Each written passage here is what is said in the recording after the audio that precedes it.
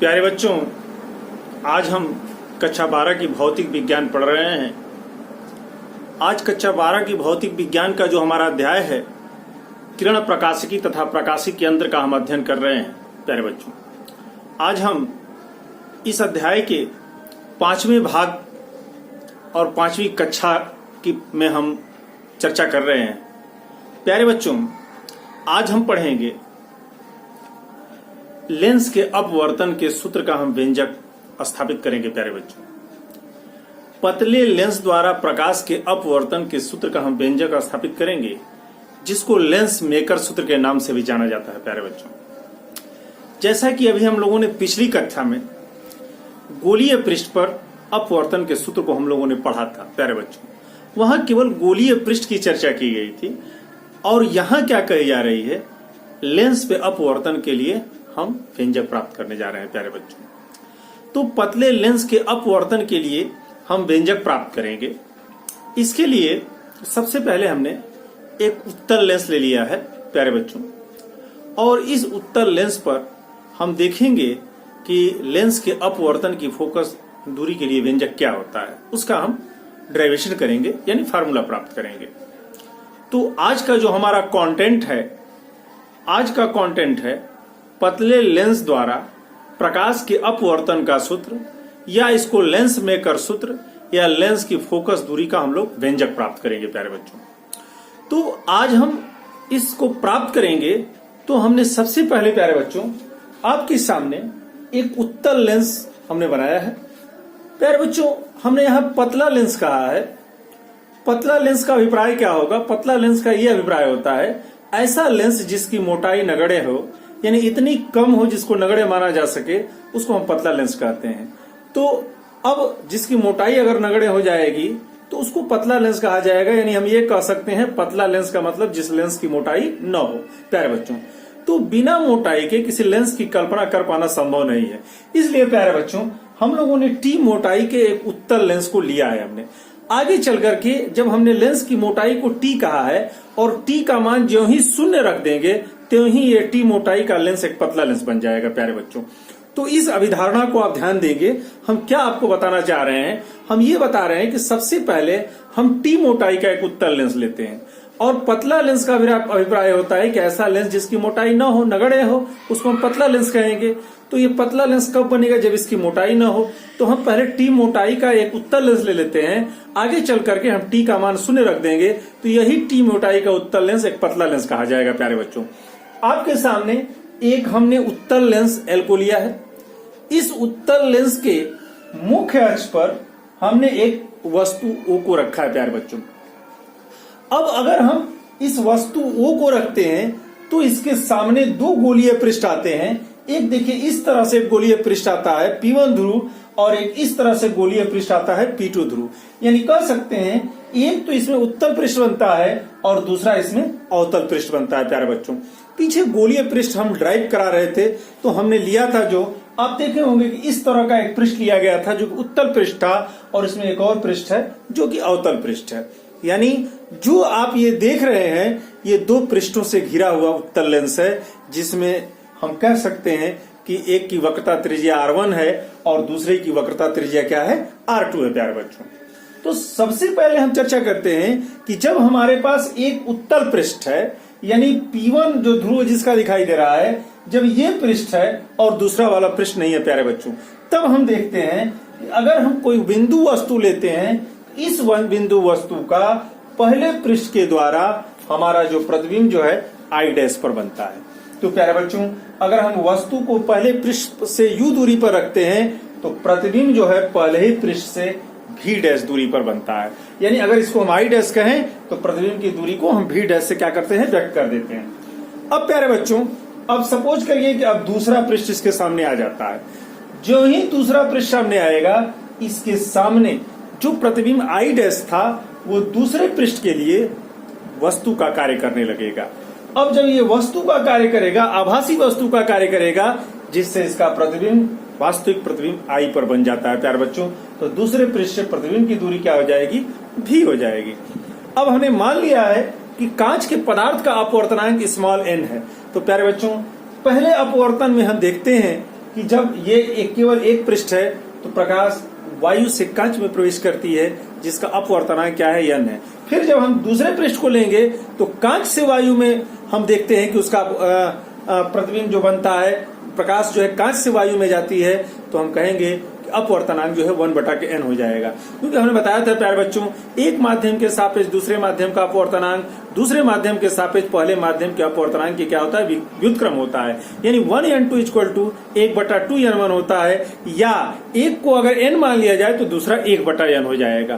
तो ड्राइवेशन को सिंपल करने के लिए हम वायु से कांच में प्रवेश करते हैं तो उसको n मान रहे हैं, कांच से वायु में प्रवेश करते हैं तो हम उसको 1/n मान रहे हैं। तो अब प्यारे बच्चों, हम जो है अपवर्तन का सूत्र जान चुके हैं। कहीं भी यदि गोलीय पृष्ठ आता है तो हमको मालूम है कि उसके अपवर्तन का सूत्र n/v - 1/u = n-1/r होता है। तो प्यारे बच्चों, पहले पृष्ठ के लिए अगर हम पहला पृष्ठ लें तो देखते हैं,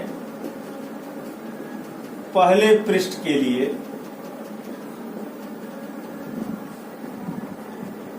अपवर्तन के सूत्र से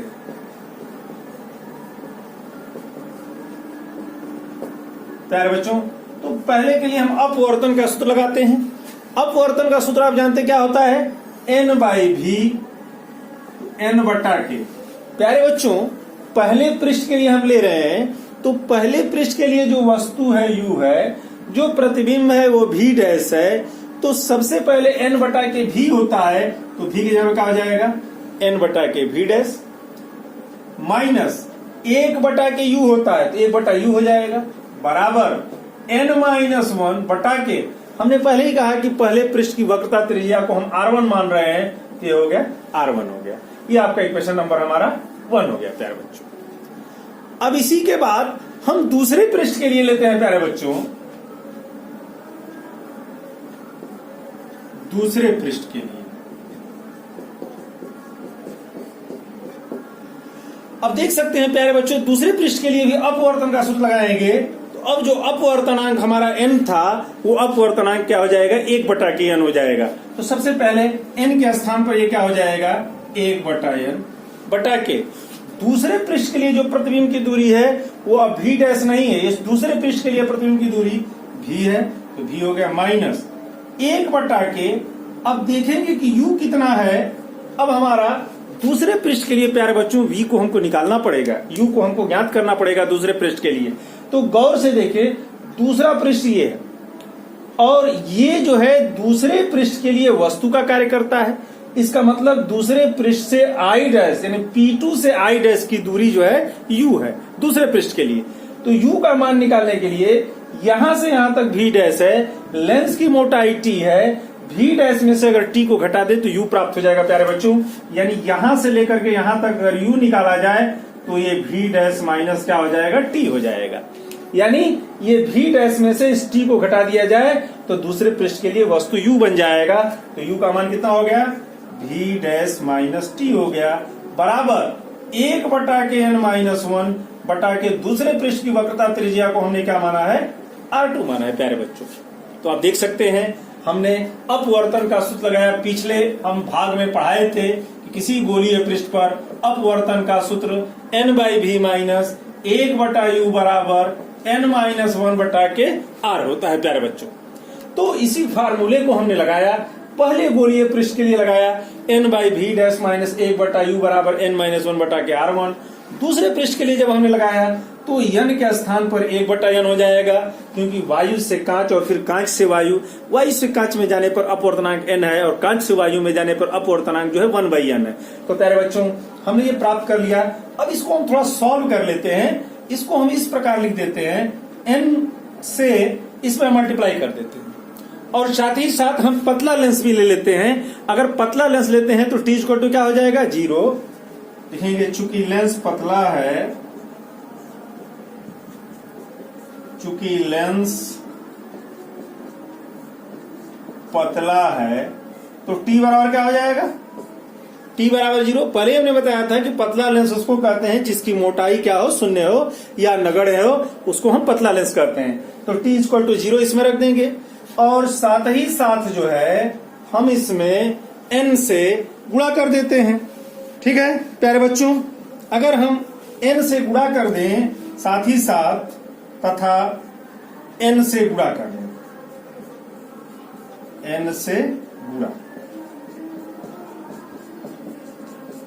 पूरे समीकरण में t बराबर 0 भी हम रखने जा रहे हैं और साथ ही साथ n से गुणा भी करते हैं। तो देखिए क्या होता है, n से अगर इसमें गुणा करेंगे तो n से n कट जाएगा प्यारे बच्चों, क्या बचेगा 1/v।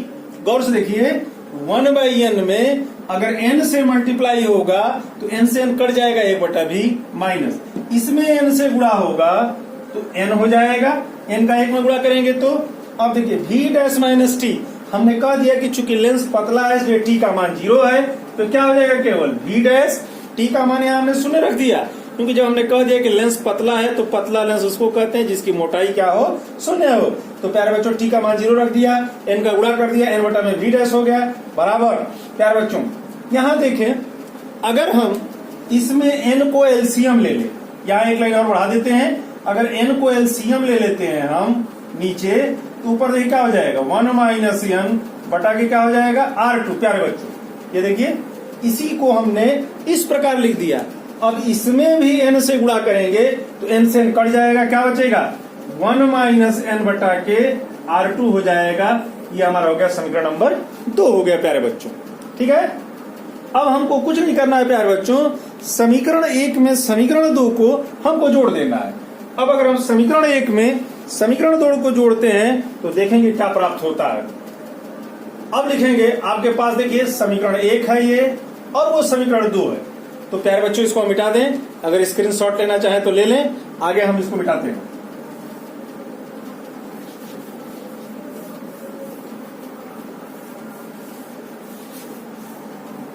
अब देखेंगे प्यारे बच्चों, हम समीकरण 1 में समीकरण 2 को ऐड करने जा रहे हैं, समीकरण 1 प्लस समीकरण 2।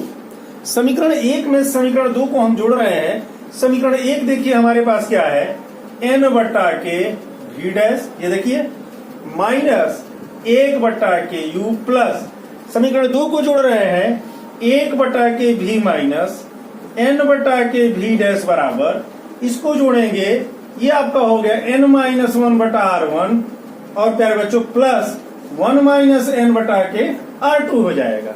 आप देख सकते हैं इसके बाएं पक्ष को बाएं पक्ष में, इसके दाएं पक्ष को दाएं पक्ष में हमने जोड़ दिया।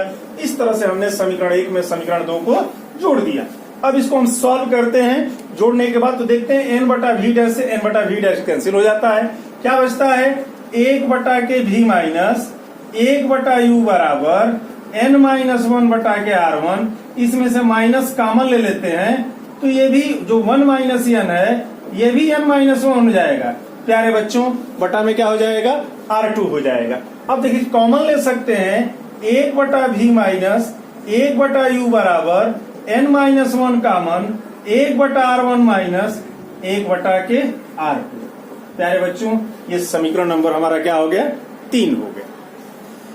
अब प्यारे बच्चों यहाँ एक कंडीशन हम लेते हैं कि अगर वस्तु को अनंत पर रखा जाए, आपने देखा था कि चित्र में हमने वस्तु को u दूरी पर रखा था। अब हम कह रहे हैं कि वस्तु को u दूरी पर न रखकर यदि वस्तु को हम कहाँ रखें अनंत पर। यदि वस्तु को अनंत पर रखेंगे तो अनंत से आने वाली किरण मुख्य अक्ष के समांतर होगी, जो लेंस से अपवर्तित होकर के फोकस से होकर के चली जाएगी। प्यारे बच्चों इसका मतलब प्रतिबिंब कहाँ बनेगा v बराबर फोकस पर। आपको कक्षा 10 में याद होगा प्यारे बच्चों, आपने फार्मूला ड्राइव किया था, क्लास 10th में भी आपको पढ़ाया गया होगा। अगर वस्तु को अनंत पर रखा जाता है तो उसका प्रतिबिंब कहाँ बनता है फोकस पर बनता है। इसी में रखते हैं प्यारे बच्चों समीकरण 3 में, तो 1 बटा के v के जगह पर देखिए क्या हो जाएगा f, ठीक है, माइनस 1 बटा के u के जगह पर क्या हो जाएगा अनंत बराबर n माइनस 1 1 बटा के R1 माइनस 1 बटा के R2। ये देखेंगे प्यारे बच्चों, अनंत का किसी संख्या में भाग करते हैं तो आप जानते हैं क्या हो जाता है शून्य हो जाता है, बराबर n माइनस 1 1 बटा R1 माइनस 1 बटा के R2। ठीक है प्यारे बच्चों, या 1 बटा या बराबर n माइनस 1 कोष्ठ में 1 बटा R1 माइनस 1 बटा के R2। अब गौर करेंगे प्यारे बच्चों इसको, ये हो गया हमारा समीकरण नंबर 4। इस समीकरण को ही प्यारे बच्चों हम लेंस के अपवर्तन का फोकस दूरी का व्यंजक कहते हैं, या प्यारे बच्चों इसी व्यंजक को हम जो है लेंस मेकर सूत्र के भी नाम से जानते हैं। लेंस मेकर सूत्र अर्थात लेंस की फोकस दूरी का सूत्र 1/f बराबर n-1 कोष्ठ में 1/r1 माइनस 1/r2 होता है।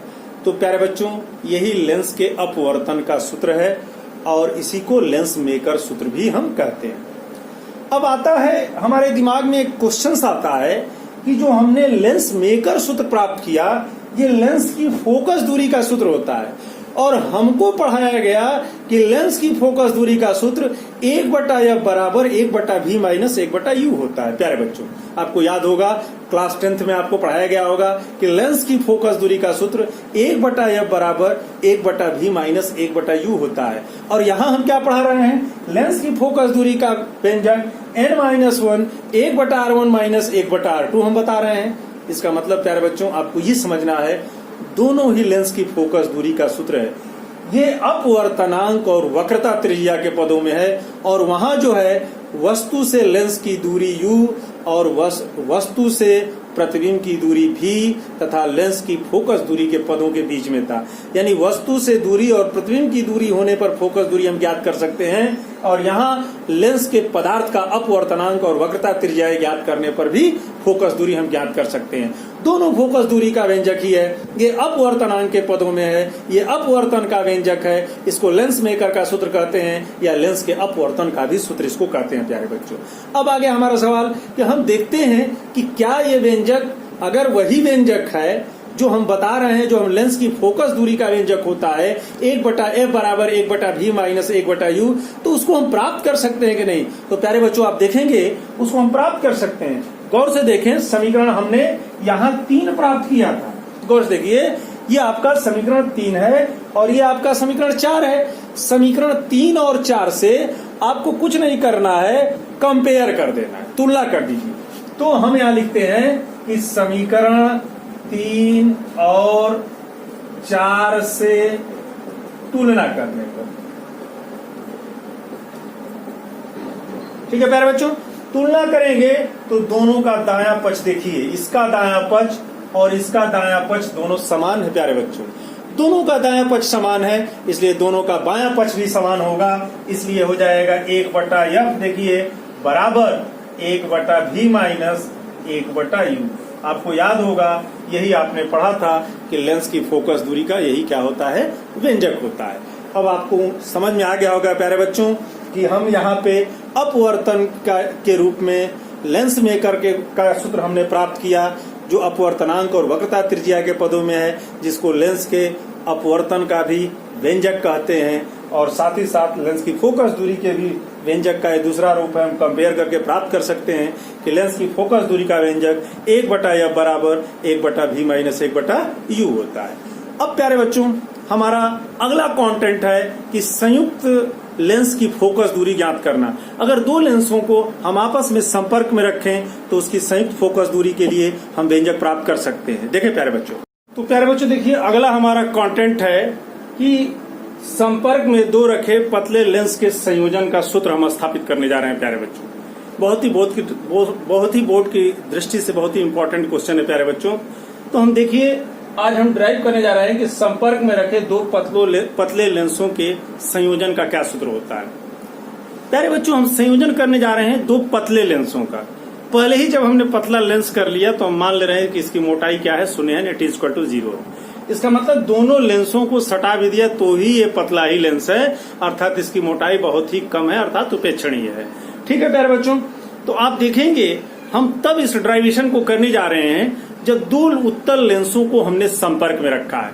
प्यारे बच्चों L1 और L2 आपके सामने देख रहे हैं, दो उत्तल लेंस है, दोनों को आपस में संपर्क में सटा करके रखा गया है और दोनों की मुख्य अक्ष क्या है, समान है। जो आप एक देख रहे हैं मुख्य अक्ष जो P से होकर के जा रहा है, ये दोनों का क्या समान है प्यारे बच्चों। इसके अब आप देखेंगे कि सबसे पहले हम क्या रखते हैं, सपोज करते हैं पहले हमारे पास लेंस L1 है प्यारे बच्चों, L2 नहीं, केवल सिर्फ L1 लिए हैं और L1 से U दूरी पर कोई वस्तु हमने O रख दिया है प्यारे बच्चों।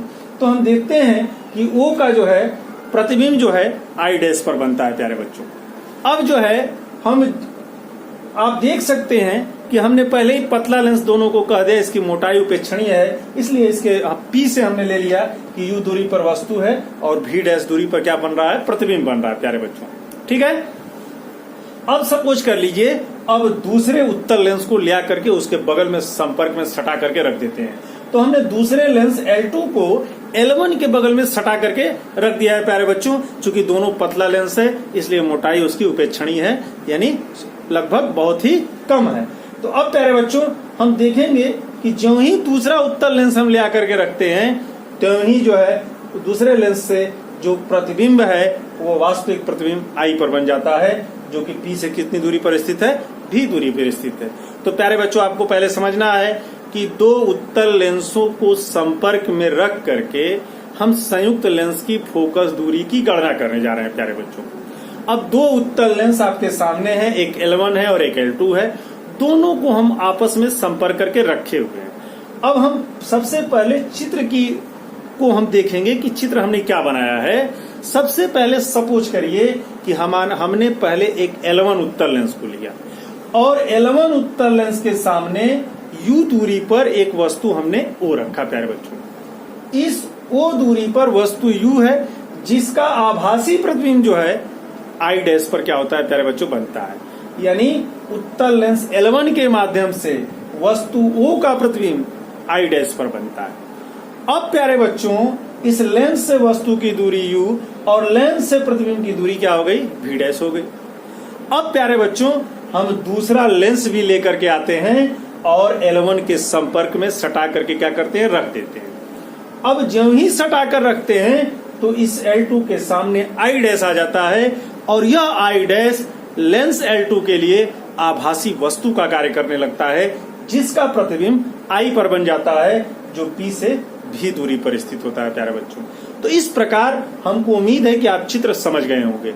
अब हम क्या करेंगे, इसमें लेंस की फोकस दूरी का सूत्र हम लगाएंगे। हमने देखा इसमें U मालूम है, V मालूम है, तो हमने अभी पढ़ा लेंस की फोकस दूरी 1/f बराबर 1/v माइनस 1/u होता है। इसी व्यंजक को लगा करके हम प्राप्त कर सकते हैं।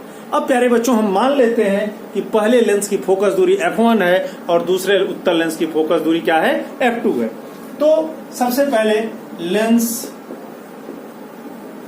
L1 के लिए ये देखेंगे प्यारे बच्चों, लेंस L1 के लिए हम फोकस दूरी का सूत्र लगाते हैं। हमने मान लिया है कि पहले उत्तल लेंस की फोकस दूरी f1 है, दूसरे उत्तल लेंस की फोकस दूरी क्या है, f2 है। तो क्या होगा, 1/f1 बराबर प्यारे बच्चों, अब देखिए प्रतिबिंब V' पर बनना है तो 1/v' माइनस 1/u। आप जानते हैं प्यारे बच्चों 1/f बराबर 1/v माइनस 1/u होता है। तो हम अपने चित्र के हिसाब से लिख रहे हैं, हमारा V की जगह पर V' है, वस्तु U की जगह पर U है और फोकस दूरी f1 माना था तो f1 हो गया। ये हमारा हो गया समीकरण नंबर 1 प्यारे बच्चों। अब लेंस L2 के लिए ये देखेंगे, लेंस L2 के लिए प्यारे बच्चों अब यही सूत्र 1/f2 बराबर प्यारे बच्चों। अब ये देखिए इसके लिए क्या है, V है 1/v माइनस, इसके लिए U क्या है, यही V' जो है दूसरे वाले लेंस के लिए आभासी वस्तु का कार्य करने लगता है, यानी V' ही क्या है, U है आपका। ये आपका हो गया समीकरण नंबर 2 प्यारे बच्चों। अब हमको क्या करना है, समीकरण 1 को समीकरण 2 में ऐड कर देना। ये देखेंगे समीकरण 1 में समीकरण 2 को जोड़ने पर, तो जोड़ते हैं 1/f1, ठीक है मेरे बच्चों। आप देखेंगे क्या आएगा, 1/f1 और प्लस 1/f2। ये देखिए समीकरण 1 में समीकरण 2 को जोड़ रहे हैं, 1/f1 प्लस 1/f2 बराबर 1 के दाएं पर जोड़िए V' minus 1/u plus 1/v minus 1/v'। अब आप देखेंगे 1/v' से 1/v' कैंसिल हो जाएगा। अब 1/f1 प्लस 1/f2 बराबर 1/v माइनस 1/u बच गया प्यारे बच्चों। अब हम यहाँ ये देख सकते हैं कि जो हमारा प्राप्त हुआ है 1/v माइनस 1/u, इसमें हम सपोज करें कि दोनों लेंसों के स्थान पर इतनी ही क्षमता और इतनी ही फोकस दूरी का केवल एक लेंस ले लें जिससे वस्तु की दूरी u हो और प्रतिबिंब की दूरी v हो और उसकी फोकस दूरी f हो, तब यह हो जाएगा 1/f बराबर 1/v माइनस 1/u। ये प्यारे बच्चों समीकरण 3 है और ये समीकरण हमारा 4। अब समझेंगे कि हम क्या आपको बता रहे हैं। समीकरण 3 के बाद हम ये कल्पना कर रहे हैं, इमेजिन कर रहे हैं कि ये दोनों लेंसों के स्थान पर इतनी ही क्षमता का केवल अगर एक लेंस हम ले लें जिसकी फोकस दूरी f है, जिससे वस्तु की दूरी u है और प्रतिबिंब की दूरी v है, तो हम जानते हैं कि लेंस की फोकस दूरी का संयुक्त फोकस दूरी का सूत्र 1/f बराबर 1/v माइनस 1/u होगा। चूंकि जितनी इनकी क्षमता है उतनी ही क्षमता का ये भी लिया गया है, इसलिए समीकरण 3 और 4 से हम देखेंगे समीकरण 3 व 4 से, यानी समीकरण 4 से हम मान इसमें रख देंगे तो हम देख सकते हैं 1/v माइनस 1/u के स्थान पर हम क्या रख सकते हैं, 1/f रख सकते हैं। तो प्यारे बच्चों ये 1/f हो गया, इसके आगे बच जाएगा 1/f1 प्लस 1/f2। ये देखिए, तो जैसा कि आप देख रहे हैं प्यारे बच्चों, हमने प्राप्त किया संयुक्त लेंस की फोकस दूरी का सूत्र। जब दोनों लेंस अगर उत्तल लेंस हो तो संयुक्त लेंस की फोकस दूरी का सूत्र 1/f बराबर 1/f1 प्लस 1/ क्या होता है, f2 के बराबर होता है। ठीक है प्यारे बच्चों, अब हम दूसरा कंडीशन लेते हैं, थोड़ा इसमें चेंज कर लेते हैं। जब हम कहते हैं कि एक लेंस उत्तल है और दूसरा लेंस अवतल है प्यारे बच्चों, तब देखते हैं कि क्या प्रभाव पड़ता है। एक लेंस उत्तल तथा दूसरा लेंस अवतल है।